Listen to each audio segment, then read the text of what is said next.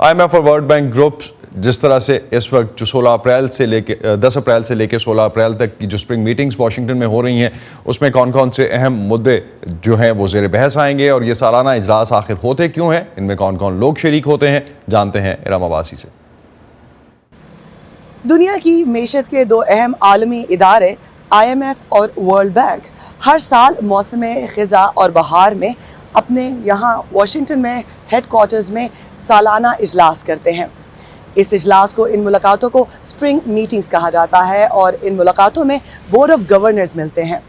اس سال کی spring meetings کا باقاعدہ آغاز پیر کو یعنی 10 اپریل سے ہوگا۔ ان اسپرنگ میٹنگز میں دنیا بھر کے ملکوں کی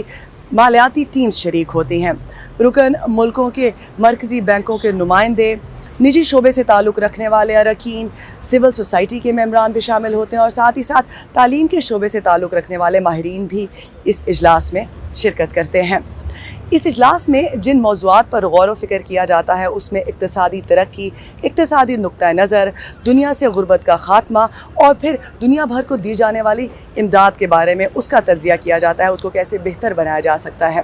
گزشتہ 3 سالوں کے دوران یہ جو سالانہ اجلاس ہوا، ان کی توجہ کووڈ کے خاتمے پر رہی، مگر اس سال یوکرین میں جنگ کی وجہ سے توجہ رہے گی دنیا کو جنگ کی وجہ سے پیش مالی اور معاشی مسائل۔ دنیا کے مالی مسائل کے حل کے لیے یہ چند بڑے فورمز میں سے ایک فورم ہے،